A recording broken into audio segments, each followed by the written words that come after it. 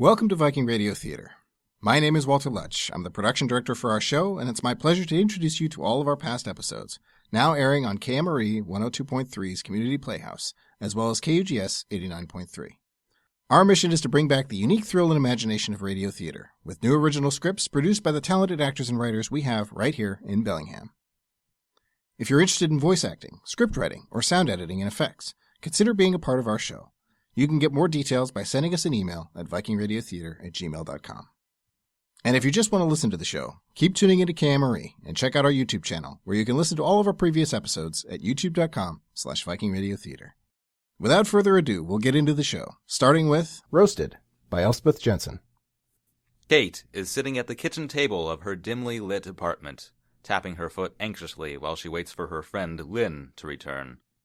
A knock is heard at the door, and Lynn pops inside, with a large purse clutched to her side. Did you bring the stuff? I brought it. I'm nervous, Lynn. Don't be. I do this all the time. But I don't. I never have. I've never broken a law. Never. Kate, don't worry so much. It'll be fine. You'll love it. And my guy had some great stuff this time, and he gave me a really good deal. There are different types? Oh yeah, tons. And the more you do it, the better you'll be able to tell the difference and figure out what you like the most. I don't know if I'll do it that much. This might just be a one-time thing. You say that now, but just wait. Lynn removes a small plastic bag from her purse. Doesn't it just make you crazy that this stuff is illegal? I mean, it's a plant. A plant! It's completely natural, and there are tons of health benefits. Smell it, Kate. Doesn't it smell wonderful? It smells a little harsh. You'll get used to it. It smells so comforting to me, so inviting. Lynn opens her purse again, removing its contents. So, this is all we need, and water. Do you have the water? Here. Perfect. I figured you wouldn't have a grinder, so I had my guy grind it for me. So, we just put it in here. What is that thing exactly? Well, there are a lot of different ways to do this, but this is a press. All right, it's all ready, so now we just wait. How long? Just a few minutes. I'm nervous, Lynn. Don't be. Seriously, Kate, it's not a big deal. You know, when my grandma was a kid, back when it was legal, people did it every day. Every day? She said her parents did it every morning with breakfast. And some people did it even more than that, like all throughout the day. And if they stopped, they couldn't function. They had no energy, no drive. They even got these terrible withdrawal headaches. Oh no, Lynn. I don't want to get like that. I never want to be one of those addicts. Don't worry, you won't. 1 cup won't do that. Now, did you bring the cream and sugar? Yes, they're right over here. And milk, too. I wasn't really sure what all we'd need. I've never actually seen anyone. It's okay, Kate. Don't be embarrassed. Everybody has a first time. You should have seen me. I gagged, almost threw up. Really? Yeah, but you can't just drink it black before you built up a tolerance.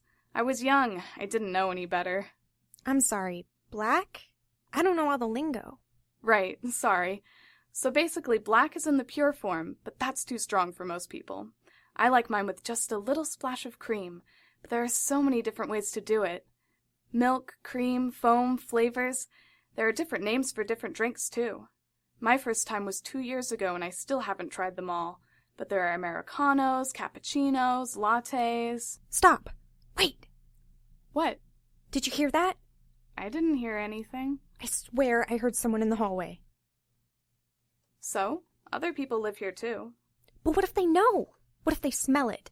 They might report us. I don't want to go to jail. Kate, you're being paranoid. Nothing bad's going to happen. I'm sorry, but what if it doesn't stop here? My mom says it's a gateway to harder drugs. Kate, it's okay. I promise I'm not going to let anything bad happen to you. You're going to love it. You think? I do. It does beautiful things. Like what, Lynn? Tell me what it's like. Well, it's different for different people. For some people, it's like this rush of adrenaline and drive. My grandma said there used to be these places you could go and order it however you liked, and you could stay there for however long, just drinking and doing whatever you wanted. People would go there on dates, or to catch up with old friends, or to read, or do homework, pay bills, even write novels. You could just sit there doing whatever you felt like and drink as much as you wanted. How beautiful is that? But for me, it's like this silky warmth running through me. When I drink it, it's like I get this whole new perspective on life. Like my eyes are open wider and I see the world clearer and I get all these ideas rushing through my head and I just feel at peace and happy. Wow. Yeah. And hey, it's probably done by now. Are you ready? The end. That was Roasted by Elspeth Jensen. The narrator was played by Emory Tibbets. Kate was played by Lilly Dodd. And Lynn was played by Briana Vallene. And we'll take a quick break and entertain you with a message from our sponsors. Are you looking for a nice soothing mocha latte to unwind after a long hard day at work? Well, forget about it! You're in Arnie's coffee shop now, where we serve only the manliest of manly coffee drinks. 12 shots of caffeine in every cup. There is no decaf. You'll be up for 48 hours straight after drinking here. Looking for a little jolt to keep you awake while studying? You'll get more than you bargained for here. One black quintuple shot espresso with no cream, and you'll be ready to arm wrestle Sylvester Stallone. You're listening to Viking Radio Theatre on KMRE 102.3. The next script we're running is The Scarlet Sickness by Adam Kane. Bands of gray light shone through the blinds on young Peter's long, grim face as he sat in the darkness as a thin silhouette waiting for his roommate Stanley. The clock on the shelf echoed with each talk, and his despair bore on him with each passing tick. He waved a pen in his fingers and tapped his shoe heavily on the tile. The door opened. Hey, Peter, Don't come any closer. Stanley, a tall, slightly portly individual with curled hair and honest eyes, stood frozen in the doorway. What? Why are the lights off? Let me... No, don't turn the lights on. I don't want you to see this thing I've become. What are you talking about, Peter? I've got the pink eye, Stan, old boy. Stanley rolled his eyes and turned the lights on. Immediately he saw the red marble nestled in Peter's face. It stared back at him frightfully. Oh, jeez, that is disgusting. How did that happen? I haven't the slightest idea. I woke up this morning and my eye was caked shut with some horrible gunk. I cleaned it off, but I was left with this throbbing cherry tomato in my socket. So does it hurt? Yeah, kind of. Burns a bit. But not to worry. I've made an appointment with the school health clinic. They just can't see me until Thursday. So I've got a few days to just sit around here and keep from infecting people. This was, essentially, the extent of Peter's daily activities anyhow. I feel well enough to go to classes, but people probably shouldn't sit too close to me. Again, this would hardly affect Peter's day-to-day life. Well, just be careful, Peter. I've heard pink eye is really contagious. Not to worry, dear friend. I've got it all figured out. I have here some sterile gloves, a little mask, a pair of goggles, and a box of Lysol. You best start carrying these things around with you here. Well, wait now. So if you want to keep from getting what I have, you best go about and disinfect everything the two of us both use. The towels, the doorknobs, the microwave, my toothbrush, your toothbrush, etc., etc. Wait, what about my tooth? Oh, I suppose you're right. Why would you worry about touching my toothbrush? Never mind that part. Stanley looked at Peter for a moment. I have to get going to work now. I just came up to drop off my things. The bookstore is having me work late tonight. I'll be back later. Have fun. Stanley closed the door in a swift, abrupt motion. Peter sat there in the dorm for a moment before he looked down at his toes. An awful lot of lint under the nails there. Peter waltzed into the bathroom and grabbed Stanley's toothbrush. The next morning, Peter exited his dorm, concealing his face with a large scarf so that only his right eye, the uninfected eye, peered out. He made his way to the Commons for breakfast. The line stretched outside the building and down the road. Peter expelled a frustrated sigh. As he began his march towards the back of the line, he spotted Derek waiting near the middle. I'm sorry, what? Peter removed the scarf from around his face. Derek's eyes widened at the sight of Peter's disease. Derek, how's it been? It's been fine. How about letting me cut in line there, eh? I'm starving. I don't think that's a good idea, Peter. Come on. What's it matter if I cut, as long as we're good friends? They weren't. Peter, what's with your eye? Oh, this thing. I just got a little pink eye is all. It's really nothing. Now, come on, let me cut in. No, Peter. Why not? Look, we're not even that good of friends. We just have the same economics course this quarter. That's it. Just go to the back of the line and wait like everyone else, okay? I don't have time for this right now. What? Oh, come now, Derek. Peter reached towards Derek in search of some acquaintanceship. Derek, like a polarized magnet, repelled. Don't you touch me with your sickness. Go! Go to the back of the line. A devious thought culminated in Peter's mind. Why, what's the matter, Derek? Did you not want to catch my pink eye? Because that would be a shame now, wouldn't it? Peter loomed a few steps forward. Derek, cringing like a frightened kitten, nodded his head. Well then, I guess you could either let me cut in line, or... Peter stepped a little bit closer. His crimson eye bore into Derek. All right! Just, wow. This is unbelievable. You know what? Just take my spot. I'm moving to the back of the line. Derek stormed off, grumbling. Peter looked around for some authority to stop him, and he took his newly earned spot with devilish pride. For a moment he considered wrapping the scarf back around his head, but he smiled and decided it really wasn't cold enough for a scarf anyway. In economics class later that morning, Peter sat in his usual spot in the back row. There was an exam that day, and Peter realized he had not even once flexed the spine of his economics textbook this quarter. But, he thought, who could blame him? He was, after all, plagued with the burden of disease. Yet another thought entered his head. He got up from his usual seat and moved into the midst of the crowd of the lecture hall. He seated himself in the centermost chair he could obtain, and he wore his smirk and his pink eye without a hint of trepidation. He turned to the girl on his right. Tests, huh? Terrible. Am I right? She looked at him, a little confused. Yeah, I really studied for this one. Interesting. I'm Peter, by the way. The girl was studiously scanning her notes. I'm Peter, by the way. Nice to meet you. Well, I don't suppose you could do me a favor, could you? The girl, still looking at her notes, said, What? Well, I've had this terrible sickness. It's kept me from studying all this week. I even had to miss a class a few times, and I just can't afford to fail this test. That's a shame. Yes, it really is. But the reason I mention it is I was wondering if you would mind sharing your notes with me, or perhaps let me give a little peek at your answers during the test. Seriously? Are you asking me to... Her words trailed off as she looked up from her notes and saw Peter's red, glassy eyeballs staring at her. Oh my God, you have pink eye. Why are you sitting so close to me? Get away, move over a seat. I'm afraid all the other seats are taken up. I have worked too hard this quarter to have some creepo like you come in here and get me sick. Relax. I see this going two ways. Either you let me take a gander at your notes there and maybe give me a few answers on the test, or I accidentally get some of my eye gunk on your nice sweater there.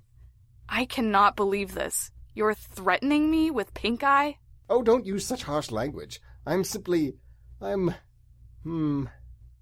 think of any euphemisms for this one. Yes, I suppose that is what I'm doing. The girl's mouth hung open in disbelief. The professor walked into the lecture hall with a stack of papers in her hand. She set them on the table. Looks like the test is about to begin. All right. Look at whatever you want, creep. Thank you kindly, ma'am. Later that day, Stanley returned to his dorm from his shift at the bookstore to find Peter twiddling his thumbs at his desk, wearing a wide smile. Back from work. What's up with you? Oh, nothing. No. I know that look. That is not a, oh, nothing sort of look. That is a Stanley, I found your diary again sort of look. Where did you hide it, Peter? Relax, Staniel. I didn't take your diary. Quite frankly, after reading your last entry, the poem about that red wheelbarrow or something, my interest was soured. What? That was a good one. Oh, forget it. So what's got you so happy, then? I've discovered a wonderful thing, Stanny boy. This little red thing on my face has proven to be a lot more beneficial than I anticipated. Peter, what are you getting at? And what is that? Oh, this old thing? Just a broom with a Kleenex wrapped on the handle. To the naked eye, perhaps, white or pink. What's with the broom? Well, I'll get to that. First, I had a thought today. You have not been very good at keeping to our agreement about food, have you? What do you mean? We agreed that we would ask each other if we wanted to eat any of each other's food. But you haven't been following that very well, have you, Stanley? Now, wait a minute. I asked you that time about the donuts. Perhaps that time, but what about the cheese puffs, huh? An awful lot of them are gone, Stanley. More than I remember eating. What about the cheese puffs, Stanley? I'm sorry about that. I had no food left, and the dining hall was closed, and I've noticed my cereal has been depleting faster, too, ever since I started getting the frosted cornflakes. Okay. I have trouble with food sometimes, and I'm sorry. I'll try to... Oh, it's not just the food. What else, then? I think I'm a pretty decent roommate, right? Well, sure. But a roommate can always be better, can't he? What are you getting at? I've been wanting to make some changes around here, and not all of them are necessarily faults that must be fixed, but rather favors that could be done out of kindness and courtesy for your nice roommate. Peter? So now we're back to the reason I have this broomstick. You see, my eye was bugging me this afternoon, and I had gotten the tissue to clean it when I had these thoughts about your incompetence. When I had cleaned my eye and realized things could be better around here, instead of throwing out the tissue, I just wrapped it on the end of this broom handle. What for? Well, I figured that now if I ever need anything done, this little friend can help persuade, like a remote control. You've got to be joking.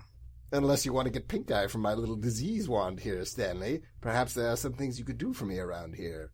Stanley stepped closer to Peter, attempting to negotiate. Now, come on, Peter.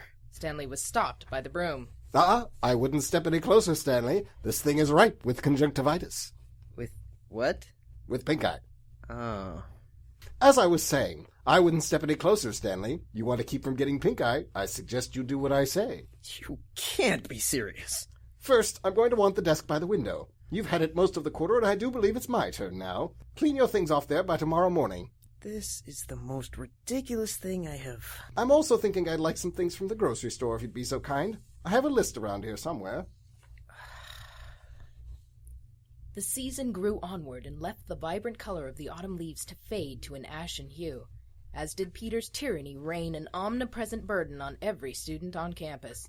He was the most talked about individual at the university, for the virus he wore like a trophy stood as a constant reminder to everyone to never displease him, and much in the same way it was a reminder of just how unpleasant a sight he was. Well, I'm just glad I don't have to live with him. You have no idea. Stanley took the pool cue, leaned over the table, and aimed his shot. The cue ball was lined straight with a crimson ball labeled number 6, which sat only inches from the pocket.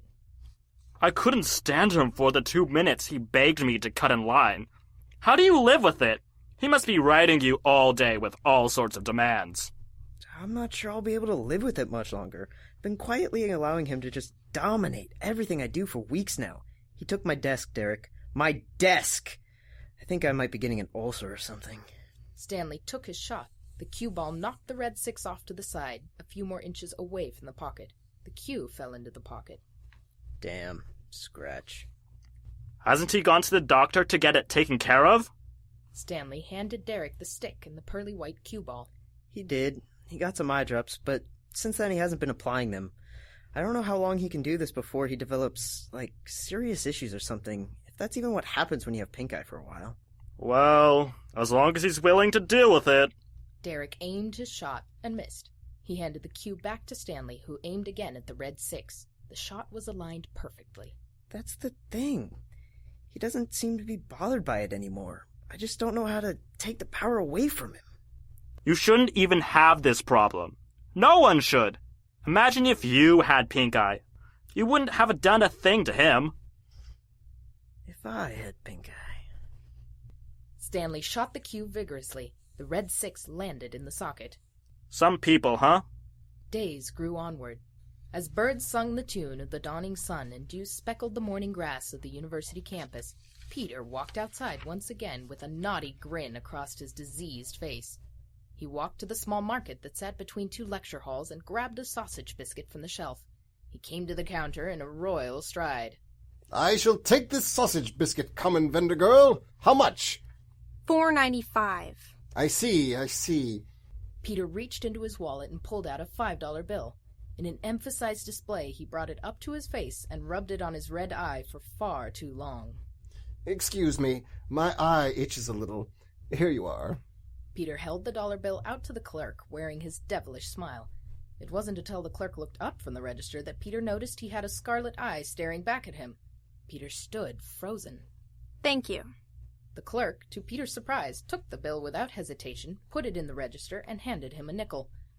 Peter looked at her for a moment too long, put the nickel in his pocket, and slowly walked out of the building, stricken.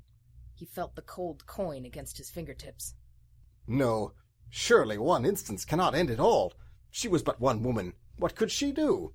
Peter walked to his economics class with the knowledge that there was a quiz, and the knowledge that he had abruptly cut off his attendance and study habits, meager as they were, since his disease came to be. He tried to retain confidence in his persuasive abilities as he sat again in the center of the lecture hall. The class was bustling with talk of the impending quiz. Peter leaned over to the young man sitting to his left. Excuse me, I haven't been to class in the past few days. I was wondering if you might be so kind as to lend me your notes for a bit. Maybe let me have a peek at your answers during the quiz. You see, I have a terrible bit of pink eye here, and I would hate for you to get it too, which I feel maybe... Shut up, Peter. I'm not giving you jack. The young man turned and looked at Peter, his right eye red with disease and disdain. Peter looked at him, frozen, speechless. Peter returned to his dorm after the quiz. He trudged into the dark room, his shoulders heavy with defeat. He saw the dark figure of Stanley sitting in his desk chair, holding the broom in his hands, studying it. He was silhouetted against the gray bands of light coming from the window behind him. Oh, Peter, so glad you're back. I've been waiting for you. What's going on, Stanley? Peter turned on the lights. Stanley's eye was as red as a rose. You... That's right. I've got the pink eye, Peter, old boy, and there's nothing you can do about it. And there's nothing you can make me do any more. Did you? It was the damnedest thing. A few days ago, maybe 4 or 5, when I woke up after you left for your class, I accidentally tripped and fell on your little broomstick. Then I accidentally grabbed it with my hand, and accidentally rubbed my eye with that very same hand only moments later. That is a suspiciously precise accident. So, I woke up, and I looked in the mirror the next day, and I had pink eye. You never noticed because I have a full class schedule for the morning, and I work late hours during the season. So, when I would come home, you'd already be asleep. You'd been going to bed a lot earlier since you stopped, well, trying in school. But that's besides the point. You know, I work at the university bookstore, Peter. Well, You do? Yes! I've said it 1,000 times! I'm going to work at the bookstore. Good Lord, Peter. I don't recall any... Anyways, I work at the university bookstore, and I see a lot of customers, and I do a lot of transactions and such. Yes, I'm familiar with the functions of stores. Get to the point. Well, I've been working long shifts for a few days now, handing people items, taking their cards, giving them back to them, and now that I think of it, I haven't washed or sanitized my hands once. I'm beginning to think this long sequence of events was no coincidence. Oh, you're very quick, aren't you? No, Peter, it was not. You may have noticed an increasing number of students with pink eye today. Well, that number is going to keep growing. What's the threat if everyone's already sick? Soon any power you once held will be meaningless. You won't be able to control us anymore. Yes, it was true. Most of the university, populated with nearly 10,000 people, was now infected with or developing pink eye. Every student was going to wake up in the next few days with a delightful present. At least one of their eyes would be glued shut, burning and itching with a searing irritation. And soon every single student would suffer this burden set by young Stanley. Wow! How could you do that to your fellow students? I mean, I always threatened, but I never did anything.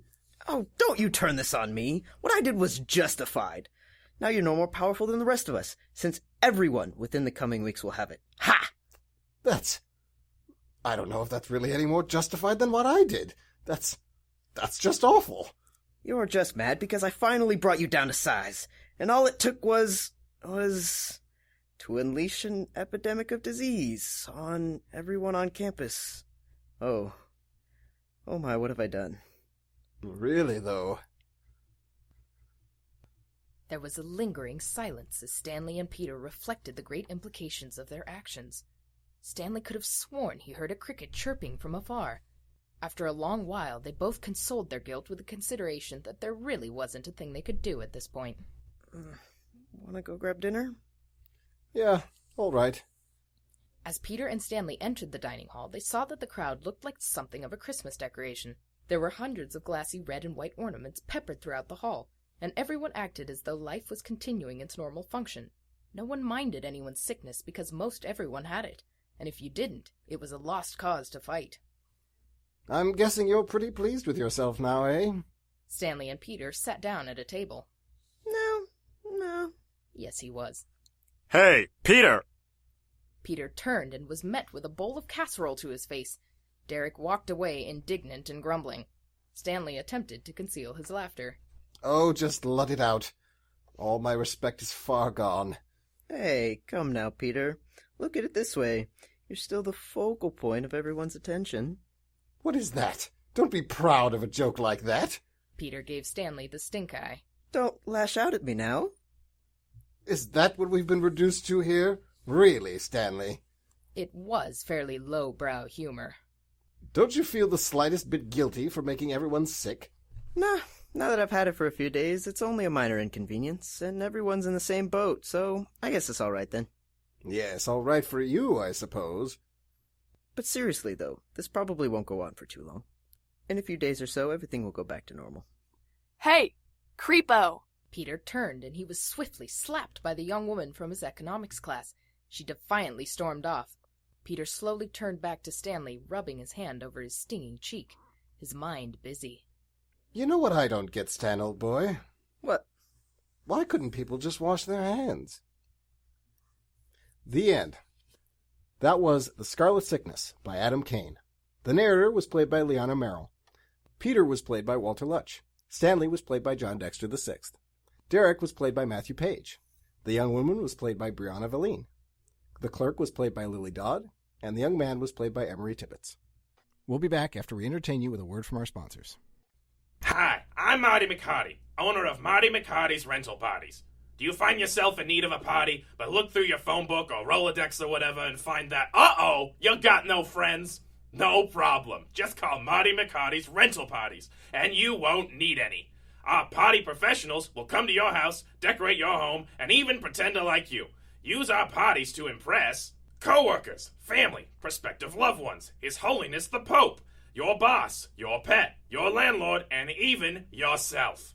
That's right, just call us and we'll set up a party for you when you least expect it. Choose from our large party selection: birthday, bachelor, bachelorette, after, surprise, political, Boston tea. We have it all. Just call Marty McHarty's Rental Parties, where we'll be the friends you wish you had. Remember, if you want a party, just call Marty. Marty McHarty's Rental Parties will be the friends you wish you had. Ding! You're listening to Viking Radio Theatre on KMRE 102.3. The next script we're running is Beijing Big Mac, a short play by Alex Braun. Late one night on a New Year's Eve in Beijing, Susannah sits by herself reading a book in McDonald's. In a different section of the restaurant, Len picks up his tray with a burger and Coke from the counter. He looks around the restaurant and, spotting Susannah, walks over to her table. Can I sit here? Susannah looks up at Len. I said, can I sit here? She looks away. Len sits down anyways. Cold, isn't it? Bloody cold. Freezing my toes off. I don't think it's got above zero since I arrived. It's the wind, they reckon, coming down from Mongolia. Siberia. Sorry? The wind comes down from Siberia, not Mongolia. Oops. Len unwraps his burger. Holding it closer to his face, he turns it over and then turns it around, examining it. So what do you think of that? I said, what do you think of that? I heard you. Well, what do you think? Take a good look. A genuine Beijing Big Mac. Great. I didn't think they even had the golden arches in China. And now what do I find? Right in the middle of downtown Beijing Central, my very own Mac and D's. And since it's New Year's Eve, I thought, hey, a special occasion. Treat yourself. Treat yourself to a Big Mac. Beijing style. Seeing the new year with a big bite. Well, here goes. Len chomps down and chews the burger. Hey, that's okay. No, it's better than okay. It's good. Really good. Almost as good as the real thing. It is the real thing. Sort of, but not really. Not really real. Like back home. You want some? I'm a vegetarian. Then what are you doing in McDonald's? Me name's Len. Len sticks his hand across the table. Susannah stares at it. Len takes back his hand. Oops. He wipes it off on his pants. So when'd you get in? Susannah slams her book shut and puts it on the table. You see, now that ticks me off. What? The way you immediately assume I just got in. Like the way you come over here and immediately assume I speak English. Well, you do, don't you? But that doesn't mean you should assume it. You don't know anything about me. How did you know I wasn't a local? Sorry? You heard me. How did you know I wasn't a local? I don't see too many other people with blonde hair in here. Just because I'm blonde doesn't mean I'm blonde, okay? Okay, don't get your knickers in a knot. I'll do whatever I like. I could have been naturalised. I could have been living here for years, but you just immediately assume that I'm not from here. I'm alien. So you're not an alien? You're from here? No, but that doesn't change my point. How would you have felt if I didn't speak English, huh? If you just came over here and started blurting? I wasn't blurting. And I couldn't understand a word you were saying. How would you have felt then? Pretty stupid, huh? You would have felt pretty bloody stupid. No. Whatever. Susannah turns away and begins reading her book again. Len goes to take another bite of his burger, but then pauses. See, this is no good now. You've put me off my Big Mac. On New Year's Eve, too. I said I'm not eating my Big Mac. Do you know how much crap is in one of those? Hey, baby, you're eating it too. I'm not eating. I'm drinking. Tea. Green tea. Without milk. That's usually how green tea comes. It's all I can afford. I only come in here because I've got a friend who works behind the counter. He slips me an extra tea bag for free. A friend? He lives with the family I'm staying with. You're staying with a family?